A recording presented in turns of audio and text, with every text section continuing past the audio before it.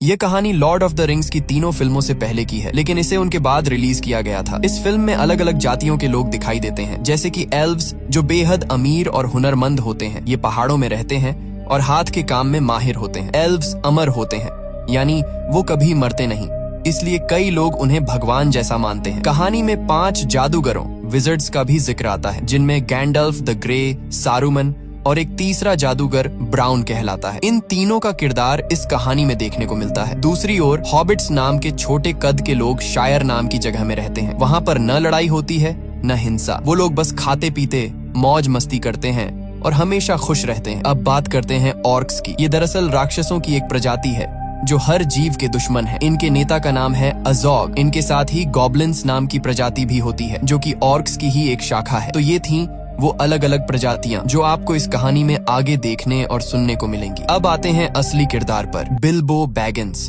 जो फ्रोडो का चाचा है। इस कहानी में बताया गया है कि बिल्बो की जिंदगी कैसी थी। कहानी की शुरुआत में उसे 11 साल का दिखाया गया है, जब वो अपनी जिंदगी की सारी बातें एक किताब में लिख रहा होता है ताकि उसका भतीजा फ्रोडो उसे पढ़ सके। इसके बाद कहानी 60 साल पीछे चली जाती है, उस वक्त की जब ड्वार्फ्स यानी बौने लोग पहाड़ों के अंदर अपने खूबसूरत शहरों में रहा करते थे। उनकी दुनिया इतनी शानदार थी कि देखने वालों को स्वर्ग जैसी लगती थी, और उन बौनों के राजा का नाम था थॉरिन ओकेनशील्ड। थोरिन का राजवंश पूरी तरह सुरक्षित था क्योंकि उसके बेटे और पोते दोनों जीवित थे। उस समय बौने लोग ड्वार्व्स दुनिया के सबसे अमीर प्रजाति माने जाते थे, क्योंकि उनके पहाड़ों के अंदर सोने की नदियां बहती थीं। उन्हें वहां हीरे, जवाहरात और कीमती पत्थर मिलते थे और वे इन्हें तराशने में बेहद कुशल कारीगर थे। एक दिन एक बौने को पहाड़ की गहराइयों में एक विशाल हीरा मिला। इस हीरे को हार्ट ऑफ द माउंटेन कहा गया। राजा थ्रोर ने इसे अपनी शाही ताकत और हक का प्रतीक बना दिया और इसका नाम रखा द किंग्स जूवल। कई सालों तक इस राज्य में सब कुछ शांति और समृद्धि से चलता रहा, लेकिन एक दिन उत्तर दिशा से एक भयानक ड्रैगन आ पहुंचा जिसका नाम था स्माउग। यह ड्रैगन अपने मुंह से आग उगलता था और बेहद क्रूर व लालची था। उसने अपने रास्ते में आने वाले सभी शहरों को जला डाला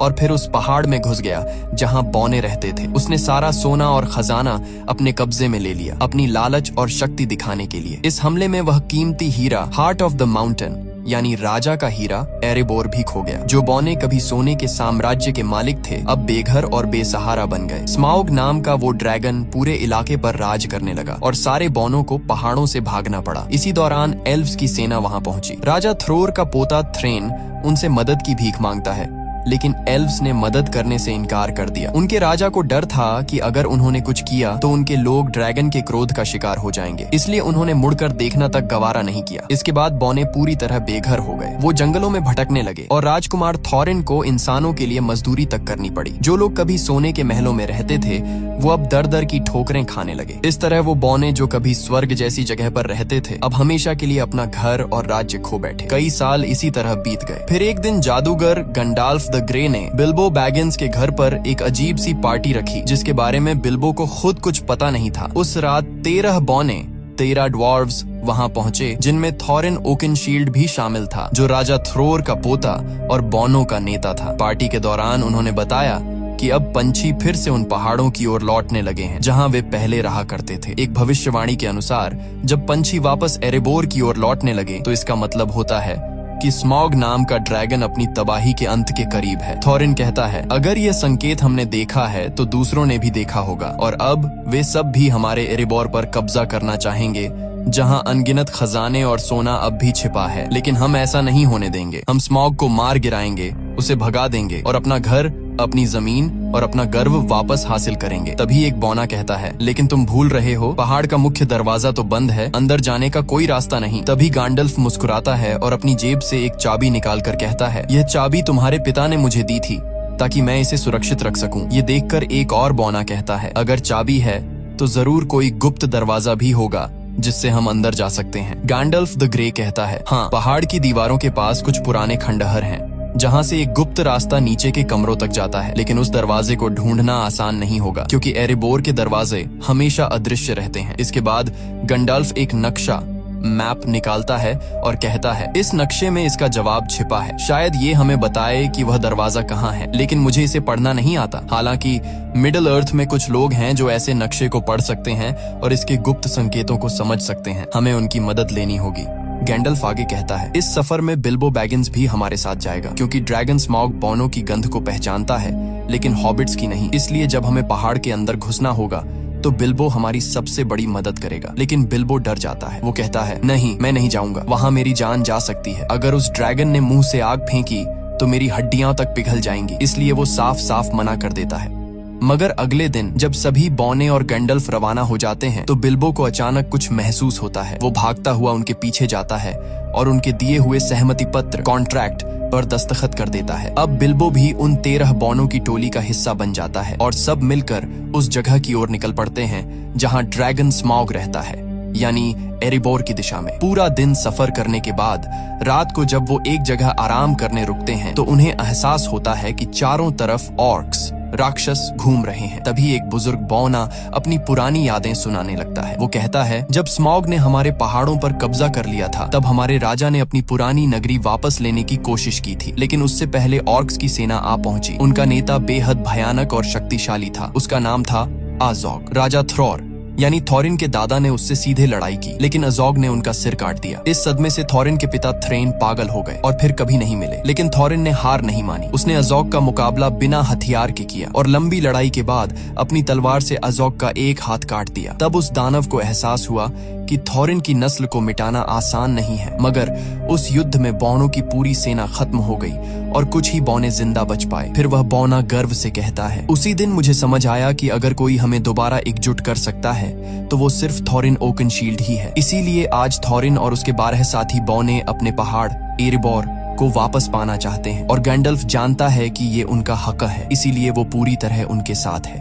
अगली सुबह सब अपने सफर पर निकल पड़ते हैं। रास्ते में चलते हुए गंडाल्फ समझाता है, हम 5 जादूगर हैं, यानी 5 विजर्ड्स मेरी तरह। इनमें सबसे शक्तिशाली और बुद्धिमान है सारूमान द वाइट, उसके बाद 2 नीले ब्लू विजर्ड्स हैं और 5वां है राडागास्ट द ब्राउन, जो इंसानों से ज्यादा जानवरों से प्यार करता है, इसलिए वो हमेशा जंगलों में जानवरों के बीच ही रहता है। अब गैंडल्फ थोरिन से कहता है, हमें एल्व्स के पास जाना चाहिए क्योंकि सिर्फ एल्व्स ही उस नक्शे को पढ़ सकते हैं जो मैंने तुम्हें दिया है। लेकिन थोरिन ओकनशील्ड, जो बौनों का राजकुमार है, एल्व्स से नफरत करता है। वो गुस्से में कहता है, जब हमें उनकी जरूरत थी, जब स्मॉग ने हमारा घर छीन लिया था, तब एल्व्स ने हमारी मदद नहीं की थी। अब मैं कभी उनके पास नहीं जाऊंगा। यह सुनकर गैंडल्फ नाराज हो जाता है और वहां से चला जाता है। उस रात सब उसी जगह डेरा डालकर रुकते हैं। तभी अंधेरे में 3 विशालकाय राक्षस ट्रोल्स वहां आ जाते हैं और उनके घोड़े चुरा ले जाते हैं। बौने डर जाते हैं क्योंकि बिना घोड़ों के आगे का सफर नामुमकिन है। इसलिए वे बिल्बो को आगे भेजते हैं ताकि वो चुपके से जाकर घोड़े वापस लाए। लेकिन जैसे ही बिल्बो पास पहुंचता है, ट्रोल्स उसे पकड़ लेते हैं। अब हालत ये होती है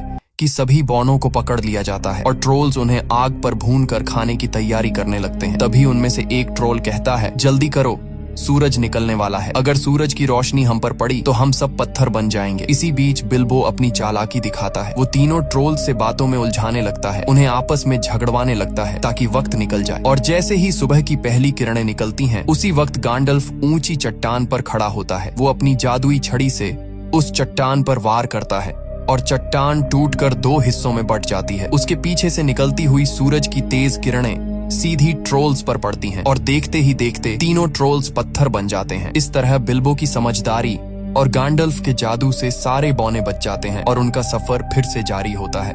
आगे बढ़ते हुए गैंडल्फ का 5वां साथी उनके पास पहुंचता है, जिसका नाम है राडागास्ट द ब्राउन। वो भी एक जादूगर है, लेकिन बाकी सभी से बिल्कुल अलग। उसके कपड़े मिट्टी से सने होते हैं और उसके आसपास हमेशा जानवर और पक्षी घूमते रहते हैं। वो गैंडल्फ से घबराई हुई आवाज में कहता है, ग्रीनवुड बीमार हो गया है। ग्रीनवुड उस बड़े जंगल का नाम है। वो बताता है कि वहाँ अब पेड़ पौधे उगना बंद हो गए हैं और जंगल में अब भयानक मकड़ियां बस गई हैं। वो कहता है, ये सारी मकड़ियां डोल गुलदूर नाम की जगह से आई हैं। डोल गुलदूर दरअसल ग्रीनवुड के अंदर एक पुराना किला है जो कभी सौरॉन की शरण स्थली हुआ करता था। गैंडल्फ हैरान होकर कहता है, लेकिन वो तो अब वीरान पड़ा है। इस पर राडागास्ट जवाब देता है, नहीं गैंडल्फ, वो वीरान नहीं है, मैं खुद वहाँ गया था। उसकी आंखों में डर झलकता है। वहाँ एक काली परछाई है, एक प्राचीन राक्षस की आत्मा जो अंधेरे की दुनिया से आत्माओं को बुला सकती है। उसने मुझ पर हमला किया, लेकिन मैंने किसी तरह खुद को बचा लिया और तभी मैंने अंधेरे में उस छाया को देखा। वो सौरॉन की थी। इतना कहकर राडागास्ट एक अजीब सी तलवार निकालता है और गैंडल्फ को दिखाता है। वो कहता है, ये तलवार तलवार किसी इंसान की बनाई हुई नहीं है, ये जीवित दुनिया की नहीं, कुछ और है। गैंडल्फ उस तलवार को देखते ही समझ जाता है कि रदागस्ट सच कह रहा है। अंधकार फिर से लौट आया है। उसी वक्त आसमान से भेड़ियों की डरावनी हुआ सुनाई देती है। गैंडल्फ चौंक जाता है। ये वॉर्ग्स हैं। असल में ये भेड़िए नहीं बल्कि ऑर्क्स के शिकारी जानवर हैं जो उन्हें मारने और पकड़ने के लिए पीछा कर रहे थे। रादागास्ट तुरंत कहता है, मैं उन्हें अपनी तरफ खींच लूंगा, तुम सब भाग जाओ। वो अपनी जादुई स्लेज पर सवार होता है जो खरगोशों से खींची जाती है और ऑर्क्स और वॉर्ग्स उसका पीछा करने लगते हैं। इधर गैंडल्फ और बाकी बौने भागते हुए जमीन के नीचे बने एक सुरंग में घुस जाते हैं। पीछे से वॉर्ग्स उन पर झपटने ही वाले होते हैं, लेकिन वो सब किसी तरह सुरंग के अंदर गायब हो जाते हैं और फिलहाल के लिए अपनी जान बचा लेते हैं। तभी अचानक वहाँ एल्व्स आ पहुँचते हैं, तेज, खूबसूरत और बेहद घातक। कुछ ही पलों में वो सारे ऑर्क्स को खत्म कर देते हैं। इस लड़ाई से बचते हुए बौने, गैंडाल्फ और बिल्बो एक अंधेरी गुफा से निकलकर पहुँचते हैं एक जादुई और रहस्यमयी जगह, रिवेंडेल यानी एल्व्स की धरती। यही वो जगह थी जहां जाने का बिल्बो बैगिंस हमेशा से सपना देखता था, लेकिन थोरिन को वहां जाना बिल्कुल पसंद नहीं था। वो एल्व्स से नफरत करता था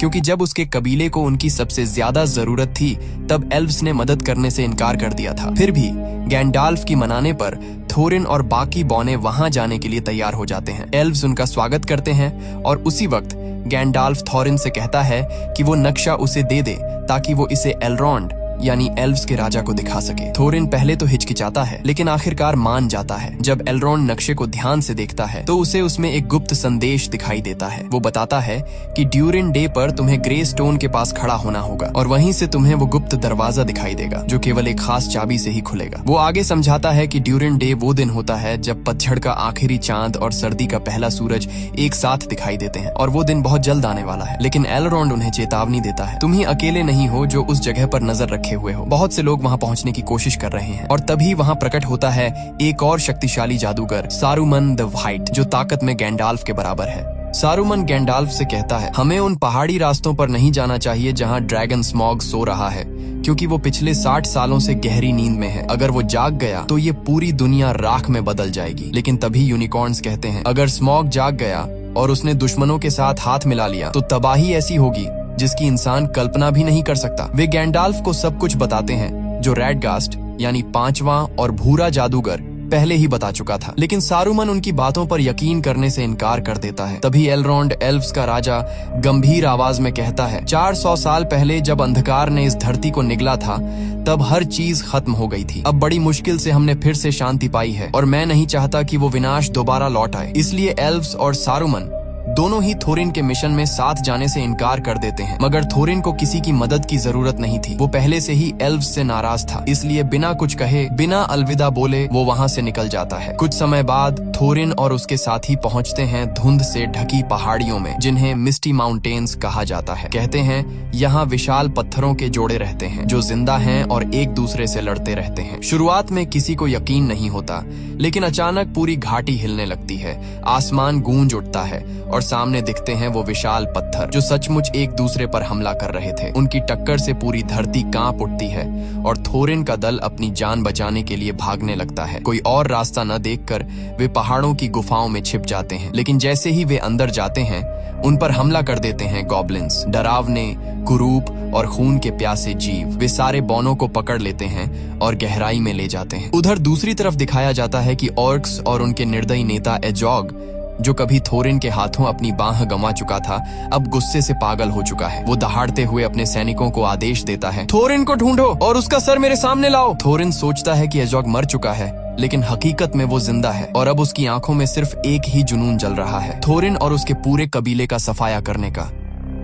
थोरिन और बाकी सारे बौने अब ऑर्क्स के हाथों में कैद थे। तभी गॉब्लिन्स का राजा हंसते हुए कहता है, कोई है जो तुम्हें ढूंढ रहा है, कोई जो तुम्हें मारना चाहता है, उसका नाम है एजॉग। वो अपने एक आदमी को भेजता है ताकि एजॉग से सौदा किया जा सके, थोरिन और उसके साथियों की मौत के बदले इनाम के लिए। अब ये 13 बौने पूरी तरह गॉब्लिन्स की कैद में थे, लेकिन उनके साथ बिल्बो बैगिंस नहीं था। दरअसल जब गॉब्लिन्स ने उन सब पर हमला किया था, उसी अफरा तफरी में बिल्बो नीचे अंधेरी खाई में गिर पड़ा। वो इतनी गहराई में जा गिरा जहाँ रोशनी का नामो निशान नहीं था, एक ऐसी जगह जिसे अंडरवर्ल्ड कहा जाता है। वहीं उसके साथ एक गॉब्लिन भी नीचे गिरता है। दोनों बेहोश पड़े होते हैं। तभी अंधेरे में एक डरावना, पतला, चमकती आंखों वाला जीव आता है, गॉलम। गॉलम यहाँ अंधेरे झीलों के बीच रहता है, मछलियां और गॉब्लिन्स खाकर जिंदा रहता है। उसके पास एक रहस्यमयी अंगूठी है, वो अंगूठी जिसमें अपार ताकत छिपी है। जब वो बेहोश गॉब्लिन को देखता है तो उसे घसीट कर ले जाने लगता है, लेकिन तभी गॉब्लिन होश में आ जाता है। गोलम गुस्से में एक पत्थर उठाता है और उस पर हमला कर देता है, और उसी झगड़े के दौरान वो अंगूठी,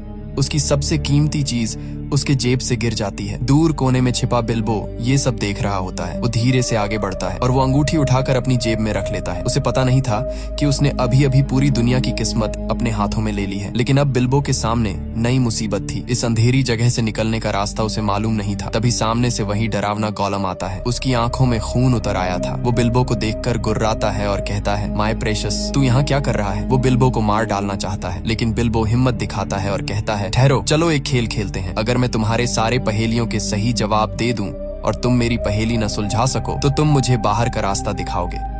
गोलम मुस्कुराता है और शुरू होता है पहेलियों का खेल। मौत और आजादी के बीच एक खतरनाक दांव। दोनों एक दूसरे से अजीब सवाल पूछते हैं। हवा, आग, पहाड़, वक्त और अंधकार पर पहेलियां। एक एक करके बिल्बो सबके जवाब दे देता है, और आखिर में जब बिल्बो की बारी आती है वो धीमे से कहता है, बताओ मेरी जेब में क्या है? गोलम हैरान रह जाता है। वो 3 बार कोशिश करता है, लेकिन हर बार नाकाम होता है, और अब शर्त के मुताबिक उसे बिल्बो को बाहर का रास्ता दिखाना था। पर तभी उसे एहसास होता है कि उसकी प्रेशस यानी वो अंगूठी गायब है। उसकी आंखों में पागलपन उतर आता है। वो गुर्राते हुए चिल्लाता है, वो इसे ले गया, वो चोर इसे ले गया। बिल्बो समझ जाता है कि मामला बहुत खतरनाक हो गया है। वो अंधेरे में भागता है, पत्थरों पर फिसलता हुआ, और अचानक गिर पड़ता है। उसी पल उसकी जेब से अंगूठी निकलकर हवा में उछल जाती है। बिल्बो उसे पकड़ने की कोशिश करता है और वो सीधे उसके उंगली में जा फंसती है, और अगले ही पल बिल्बो गायब हो जाता है। गोलम उसे नहीं देख पाता, बस उसकी आवाज सुनाई देती है। तभी बिल्बो समझता है ये कोई साधारण अंगूठी नहीं है, ये पहनने वाले को पूरी तरह अदृश्य बना देती है। उधर ऊपर दिखाया जाता है कि गैंडाल्फ ठीक उसी वक्त वहाँ पहुँच चुका होता है जहाँ सारे बौने गॉब्लिन्स के कैदी बने हुए थे। वो अपनी जादुई शक्ति से हमला करता है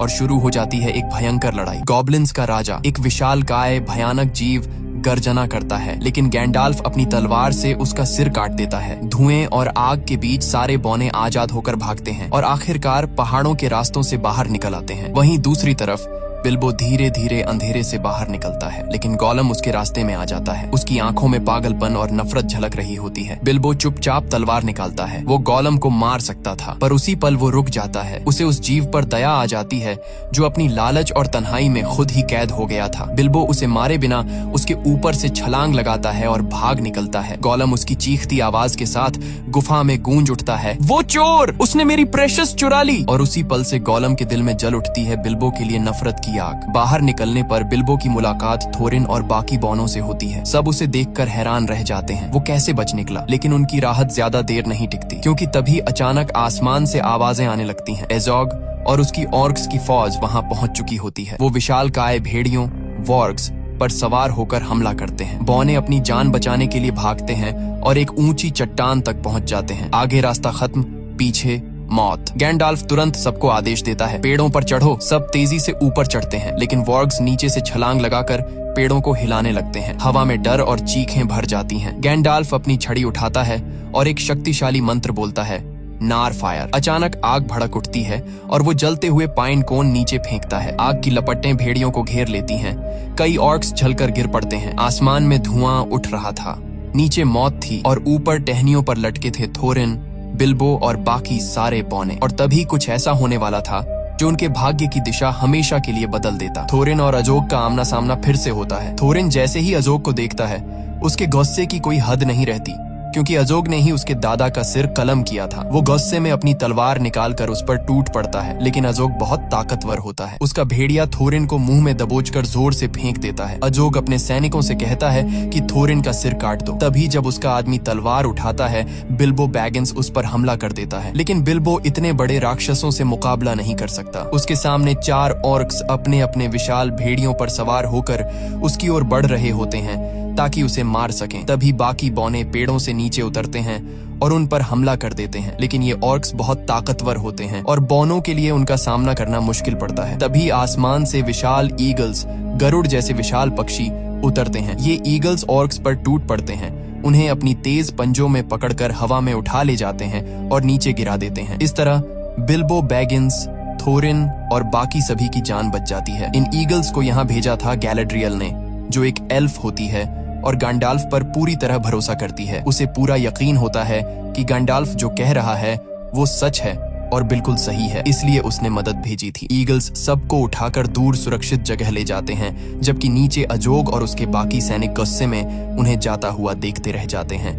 ईगल्स सबको एक सुरक्षित जगह पर उतार देते हैं। वहां थोरिन बिल्बो बैगिंस के पास आता है और कहता है, मैं हमेशा तुम्हारे खिलाफ था। मैं नहीं चाहता था कि तुम हमारे साथ आओ क्योंकि मुझे तुम पर भरोसा नहीं था, लेकिन अपनी जिंदगी में मैं कभी इतना गलत नहीं हुआ। इतना कहकर थोरिन बिल्बो बैगिंस को गले लगा लेता है। हालांकि बिल्बो बैगिंस के पास अब वह जादुई अंगूठी होती है, लेकिन वो इसके बारे में किसी को कुछ नहीं बताता। अब सबकी नजरें उस पहाड़ पर होती हैं, वही पहाड़ जो कभी बोनो का घर था, जहाँ वे शांति से रहते थे। लेकिन अब उसी पहाड़ के भीतर सो रहा है भयानक ड्रैगन स्मॉग, जिसने कभी इनसे उनका घर छीन लिया था। फिर कैमरा उस पहाड़ के अंदर दिखाता है, जहां स्मॉग, जो पिछले 60 सालों से गहरी नींद में था, अब अपनी आंखें खोल देता है और यहीं पर कहानी खत्म होती है। ये फिल्म 2012 में रिलीज हुई थी, जिसे IMDb पर 7.8/10 की रेटिंग मिली है।